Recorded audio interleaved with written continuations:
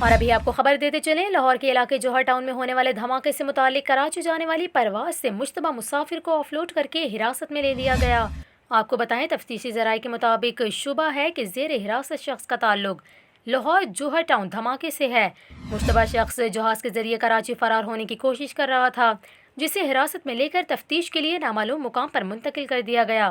دوسری جانب آپ کو یہ بھی بتائیں، وفاقی وزیر داخلہ شیخ رشید احمد نے کہا، پنجاب پولیس لاہور میں ہونے والے دھماکے کے ملزمان کی گرفتاری کے قریب پہنچ گئی۔ لاہور کے علاقے جوہر ٹاؤن میں ہونے والے دھماکے کے حوالے سے جاری کیے گئے ویڈیو بیان میں وفاقی وزیر داخلہ شیخ رشید احمد نے کہا، پولیس نے جوہر ٹاؤن دھماکے کی تحقیقات میں زبردست کامیابی حاصل کر لی ہے۔ انہوں نے کہا، پنجاب پولیس جلد ملزمان کو قانون کی گرفت میں لا کر اچھی خبر سنائے گی، ملک میں انتشار پھیلانے والے ناکام ہوں گے۔ یہاں پر آپ کو یہ بھی بتائیں، لاہور کے علاقے جوہر ٹاؤن کی BOR سوسائٹی میں ہونے والے دھماکے میں اب تک 3 افراد جاں بحق جبکہ 23 سے زائد افراد زخمی ہو گئے ہیں۔